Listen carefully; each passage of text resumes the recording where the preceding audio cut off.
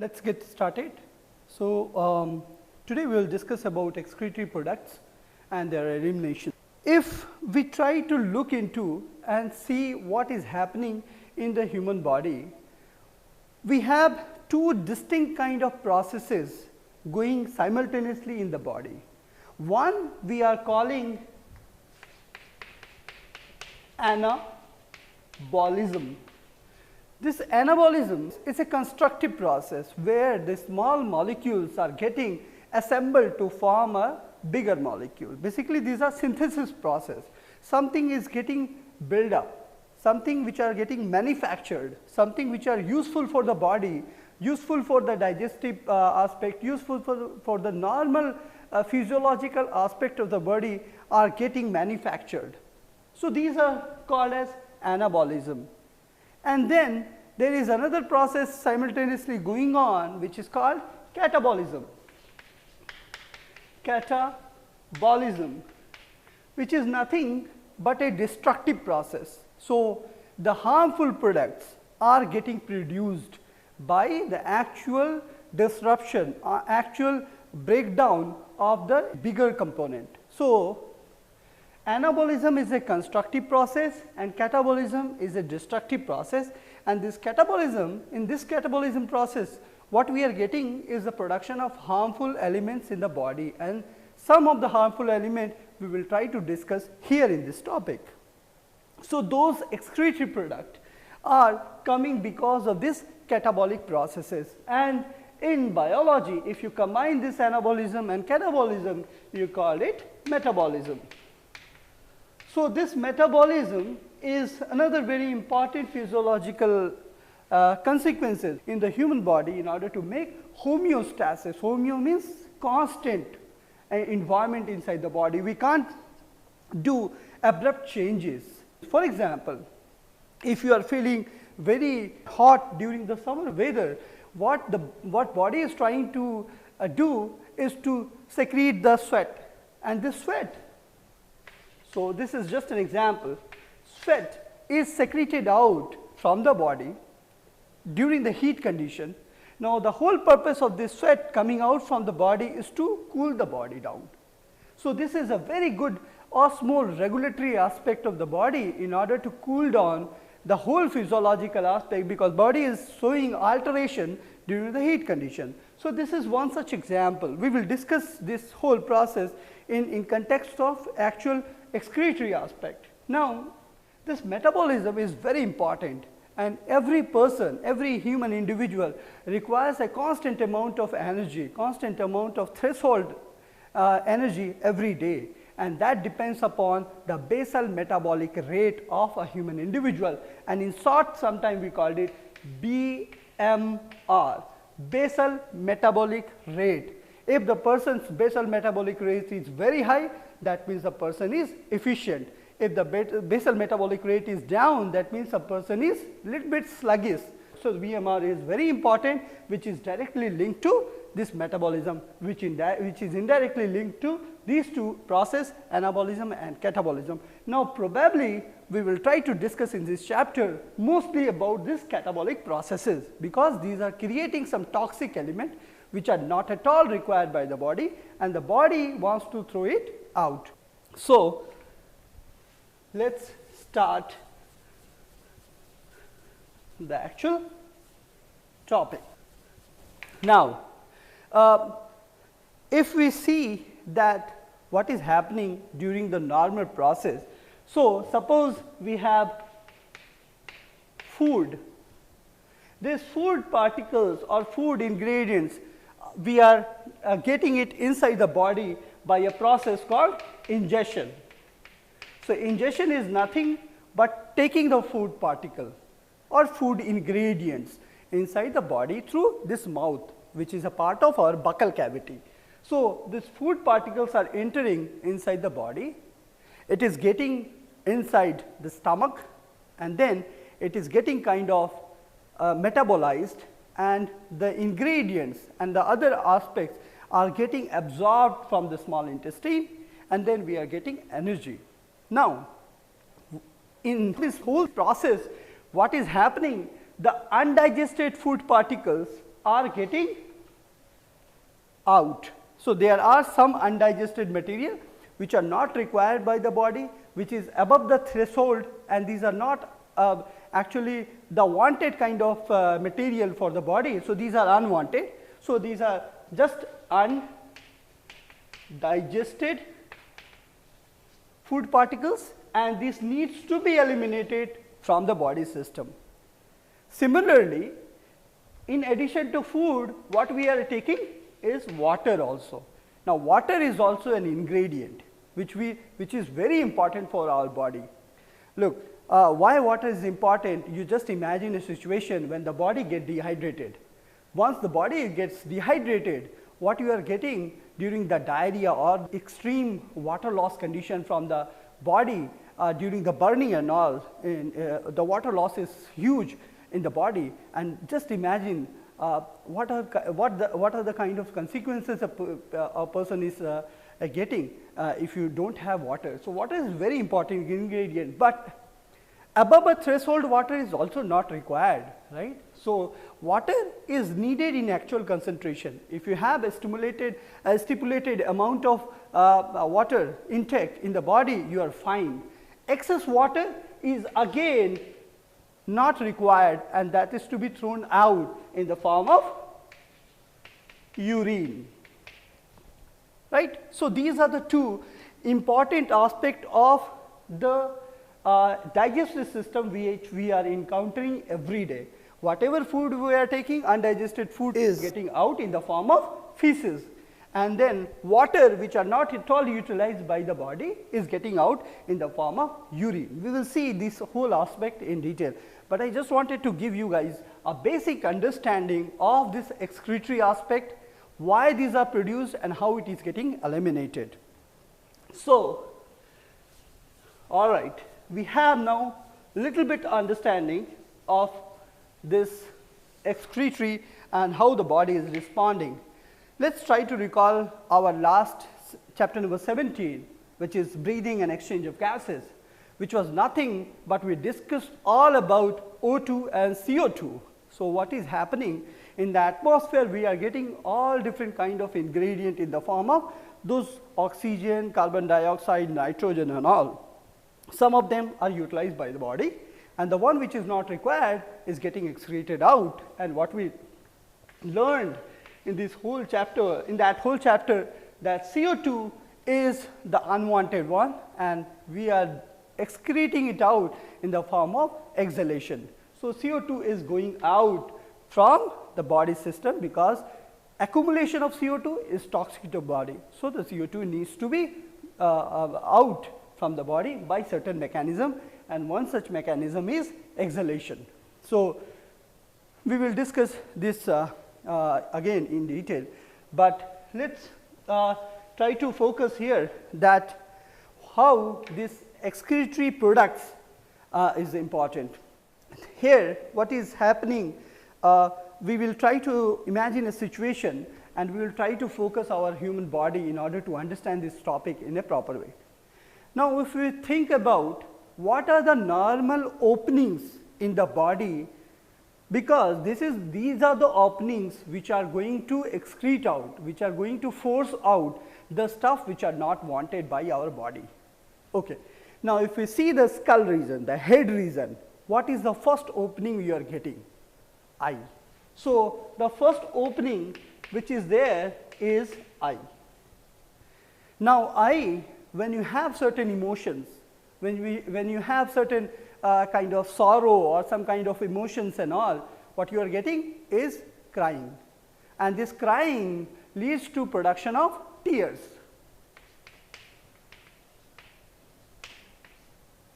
So, tears, unwanted tears are coming out from the area which is called eyeball. Now, if we go and see the detail of this structure, which is not a part of this whole chapter, but the students whosoever is learning biology needs to understand this one, that tears are produced by a very specific gland, and that gland is called lacrimal.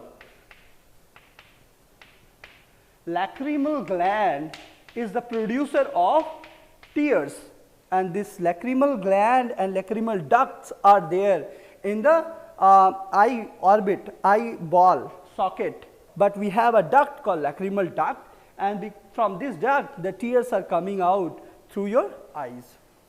Now, there is a very fascinating aspect about this whole process. When a person is crying, something is coming out from the nostril also, because crying is not associated always with tears, but you are getting a dropping from the nostril also. That dropping is nothing but the tears only. How it is possible? There is a common duct which is coming both in the nostril and the lacrimal duct. So, it is called nasolacrimal duct, and because of that reason, when the tears are coming out, some of the tears are coming from eyes and some of the tears are coming out from nostril. So, this is one opening, and this is just a small example that we have certain emotions and water is coming out. Of course, this water is mixed with various kind of salts and all. The next opening is nose.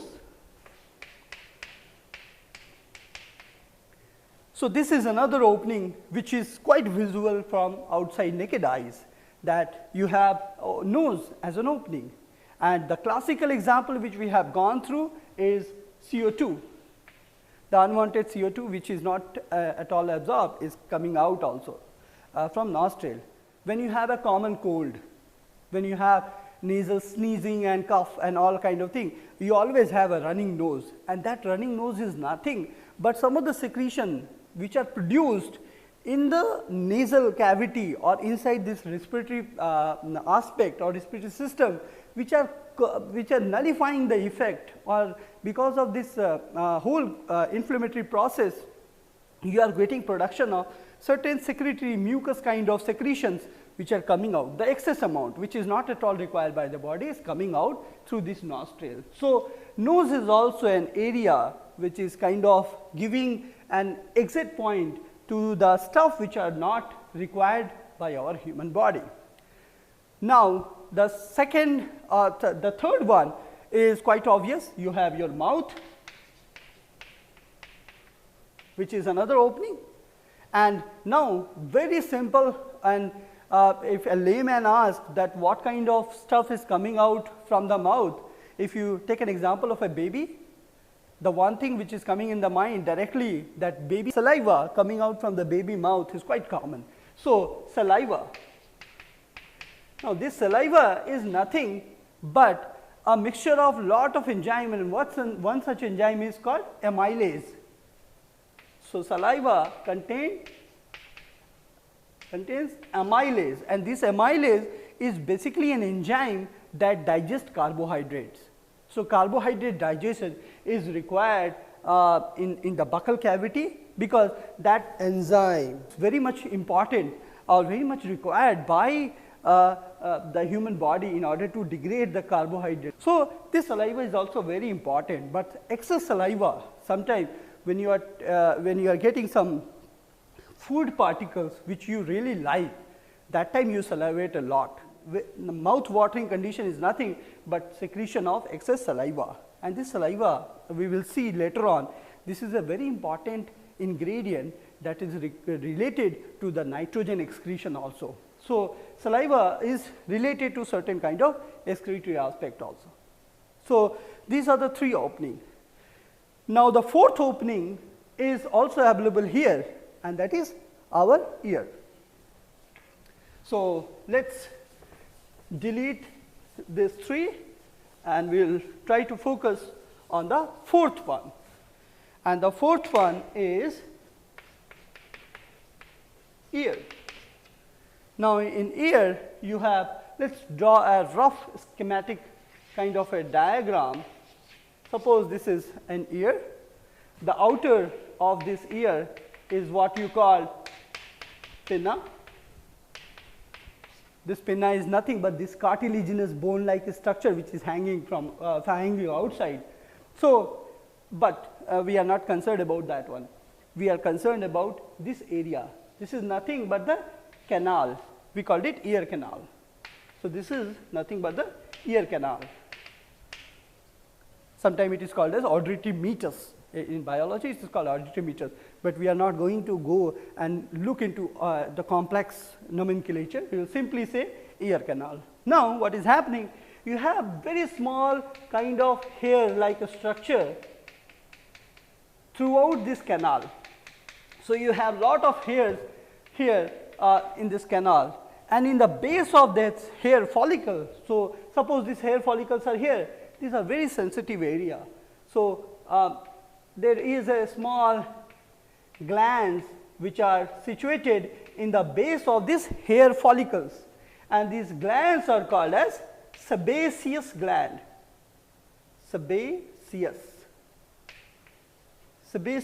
glands, and this sebaceous gland are the secretor of sebum. This sebum in layman language it is called wax. So, sebaceous, I think this is sebaceous.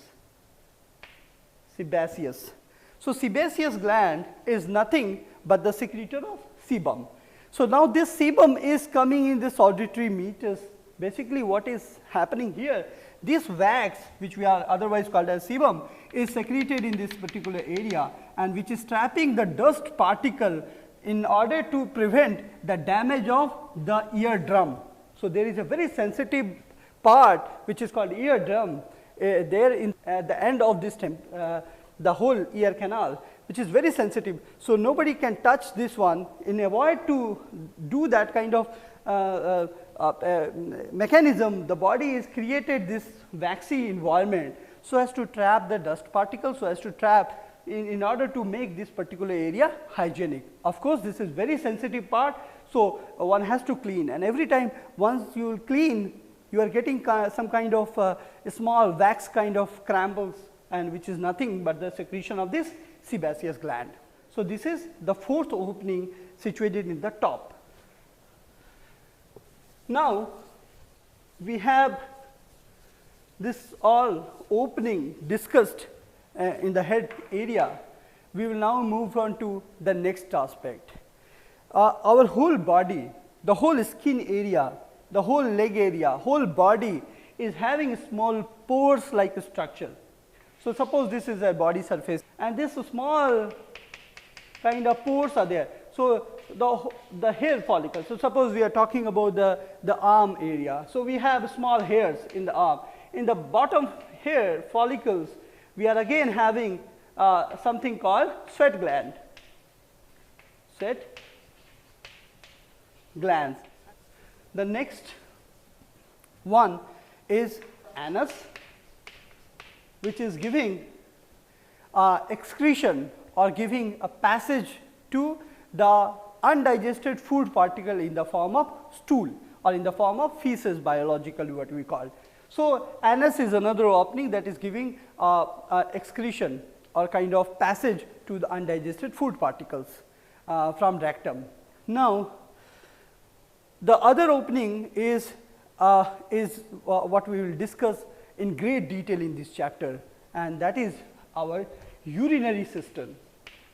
Urinary system.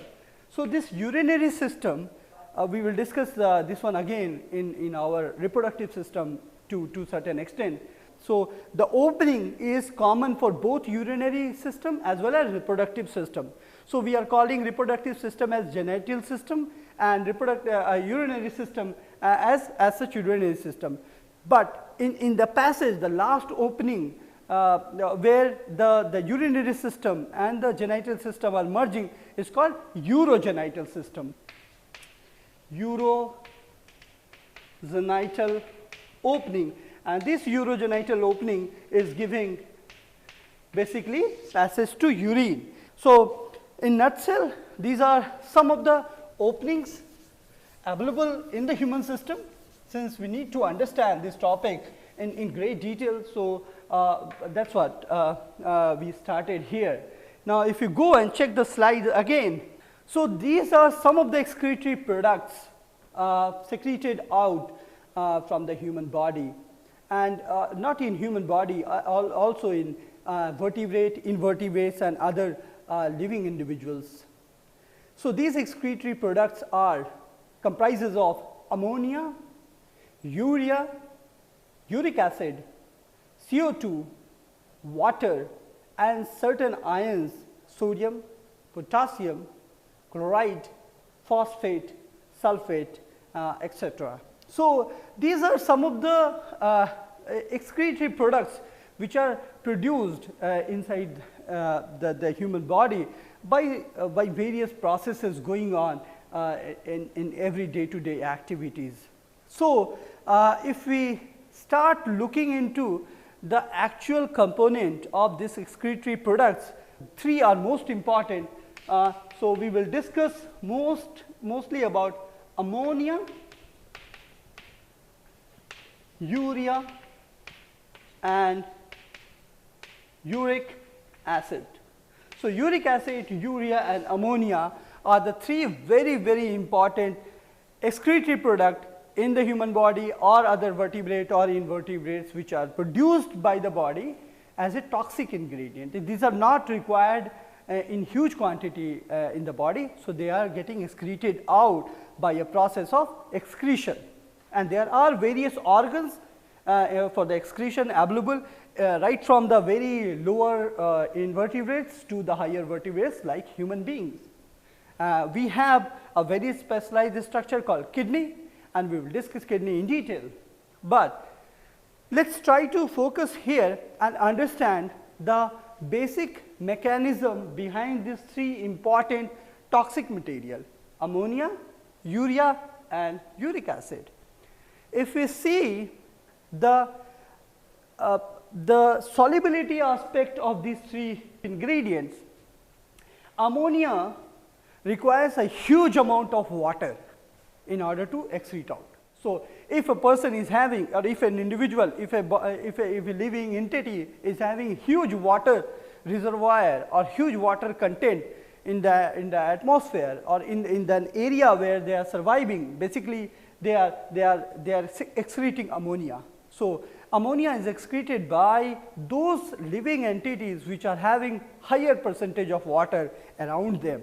So, if we go in the slide, next slide, what we are seeing here is there are three kind of excretory aspect available. One is ammonotelic, ureotelic and uricotelic, which is nothing but related to the excretion of ammonia or urea or uric acid. So, the organism which can secrete ammonia is called ammonotelic. The one which can excrete urea is called ureotelic, and the one which can excrete uric acid is called uricotelic. Now, what we discuss is the water affinity about this three individual toxic material. So, they require huge amount of water. This is kind of a moderate water. So, if the body is having moderate water condition, they are ureotelic like human beings. If we try to consider the smaller vertebrates, some of the best examples are birds. These birds are having very less amount of water in their body. Reptiles, they are having very less amount of water, or they are kind of deprived of the water availability or they are living in an atmosphere which is not that aquatic in nature. So, in that case, the droppings, if one can look into their the one which is dropping is coming out is nothing but a kind of a solid droplets, and these droplets are nothing but the uric acid crystals which are coming out as an excretory product in birds and reptiles.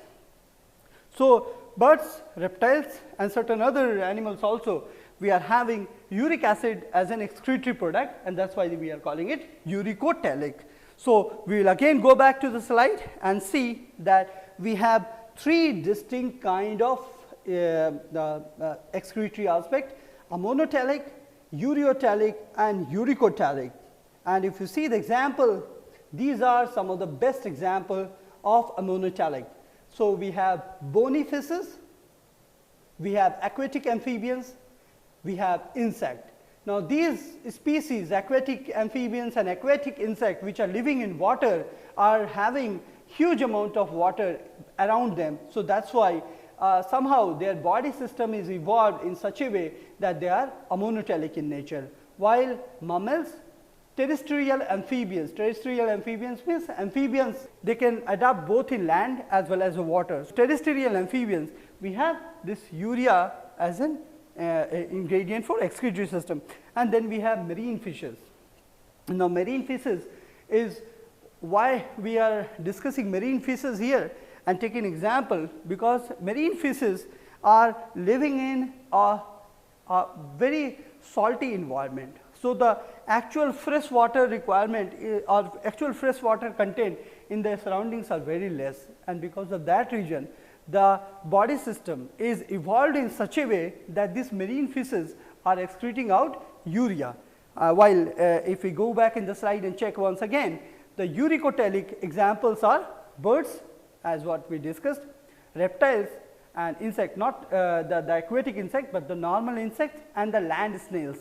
So these are some of the species. Land snails are the one which are surviving or living in the land condition. So these are all terrestrial examples which can preserve the water. They don't want to leave the water in a different way, so they are preserving, and because of this preservation the body is adapted in such a way that the excretory system is evolved to excrete out ammonia, excrete out urea and excrete out uric acid, and accordingly the animals are called as ammonotelic, ureotelic and uricotelic based on their excretory aspect.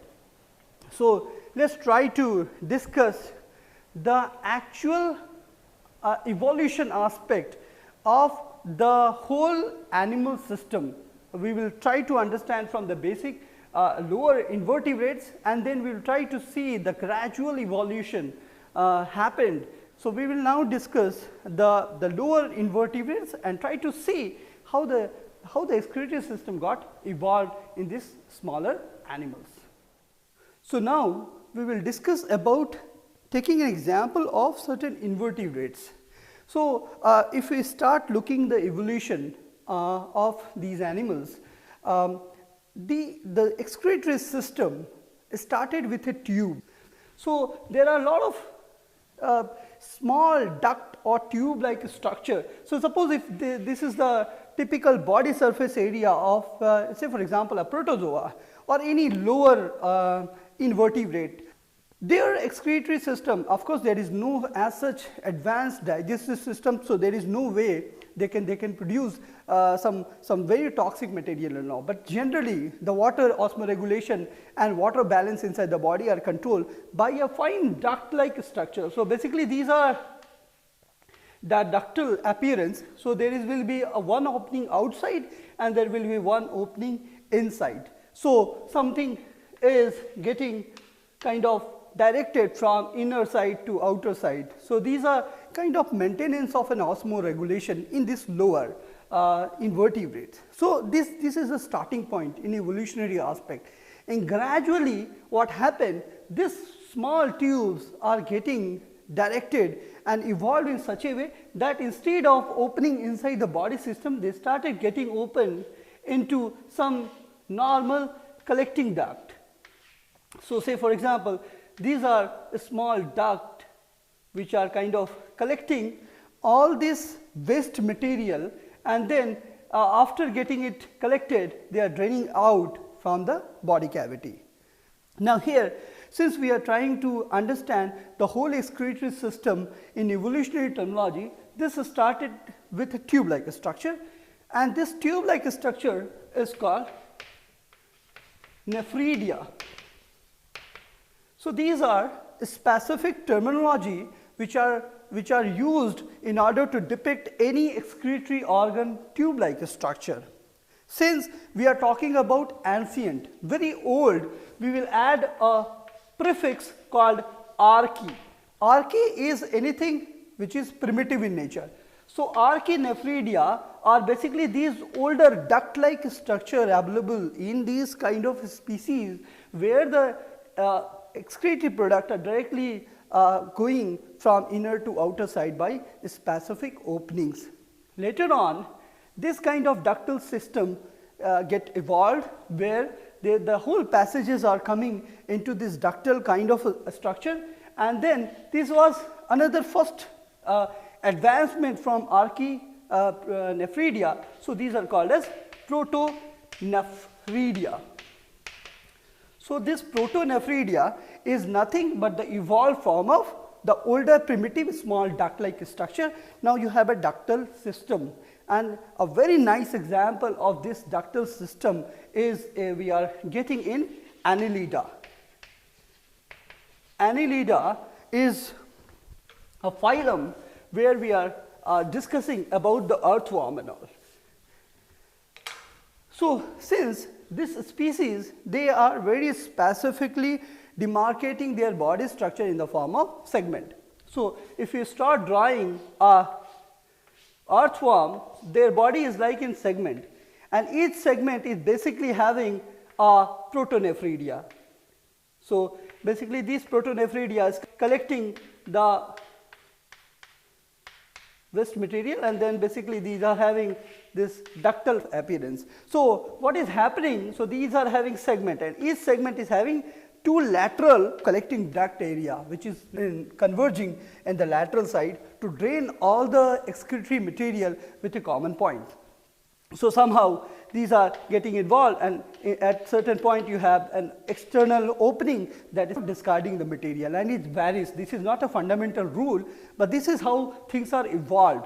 Small duct, ducting tube, and then merging into a nice exterior opening where everything is draining out. So here we have taken an example of protonephridia, which is coming from a very specialized phylum Annelida, because this is studied in great detail in this earthworms. Now there is a very nice species to understand this excretory system, and that is called Planaria.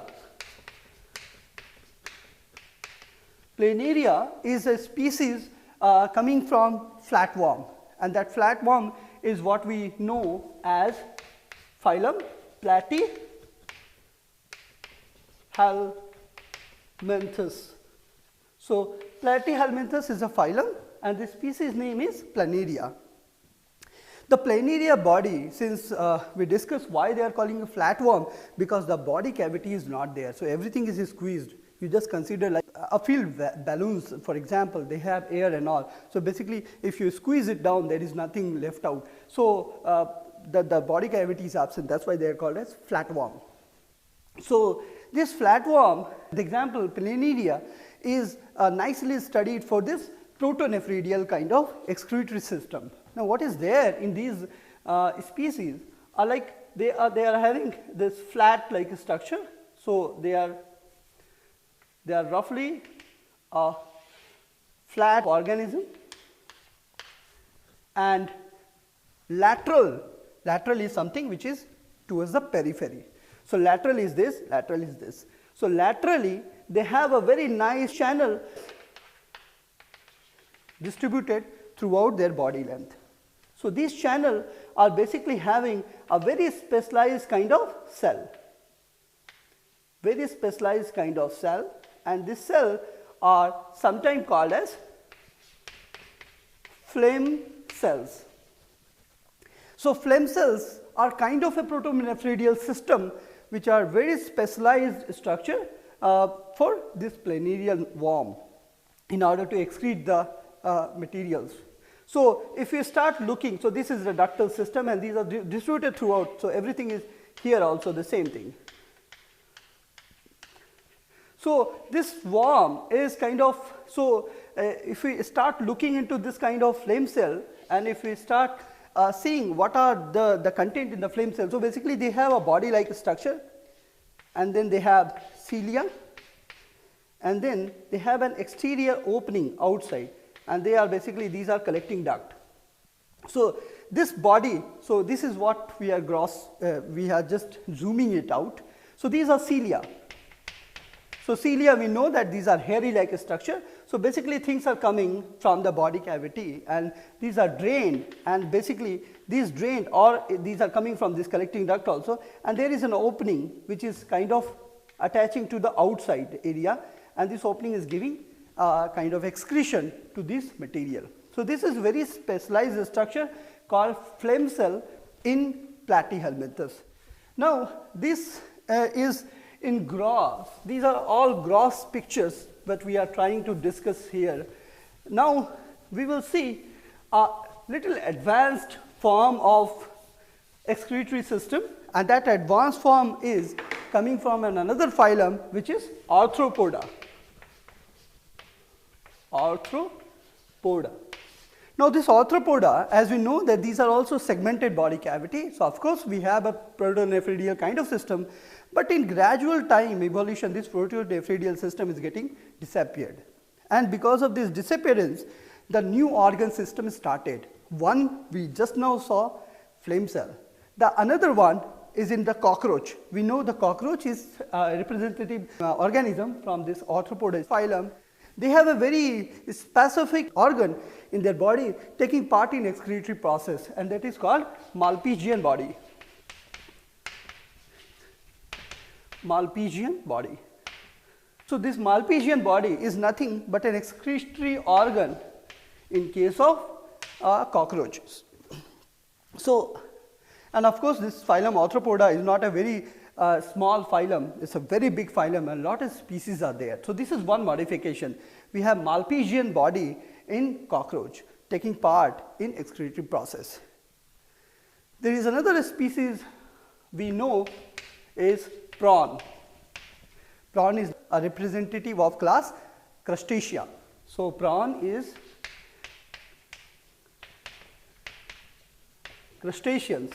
So this is nothing but coming from a class called Crustacea, but the phylum is Arthropoda. Now this prawn are having antenna. So they have a very specialized antenna like structure where they can sense the outside environment. Just in the base of antenna, so suppose you have, can't draw it to scale, but suppose this is kind of a prawn. They have this leg and all. So there is a tentative specific antenna. Just in the base of antenna, you have this gland called antennal gland. Antennal gland. So this prawn is very specifically using this antennal gland to excrete out the waste material collected from our body cavity. So we are just looking into the advancement. See how these things are getting advanced. Earlier it was like a small tube which is getting in a tubular form like in protonephridia. Then we started with the phlegm cell, then Malpighian body, antennal gland, and then in case of another species, so I will just delete this part. So we have another species, spiders. Spiders are organisms from class Arachnida. Arachnida. So this arachnida or arachnids comprises of a spider and other various organisms. Ticks are there, other very minute insects are there. So this species are having a very specialized structure in their limb, in the base of their limb. They have a very specialized structure called coxal gland. Coxal gland. So this coxal gland is a very specialized excretory structure located in the base of the limb in this species, particularly in the class Arachnida. There are certain exceptions, but I am just giving an example that coxal gland is another modification of the excretory organ in case of spiders, which is located in the base of the limb region. And also here we have gone to antenna gland. Sometimes it is also called as green gland. Green gland. Green gland. So antennal gland is also called as sometimes green gland, and then you have a coxal gland. which is kind of excretory organ in arthropoda. So, we are now looking that there is a great advancement of excretory system in this arthropodan species. Of course, it is started with arthworm, where we have a segmented body, and the protonephridial system is getting advanced and getting more merged and evolved after flame cell. So, and then we have a specialized organ that is taking part in this whole process.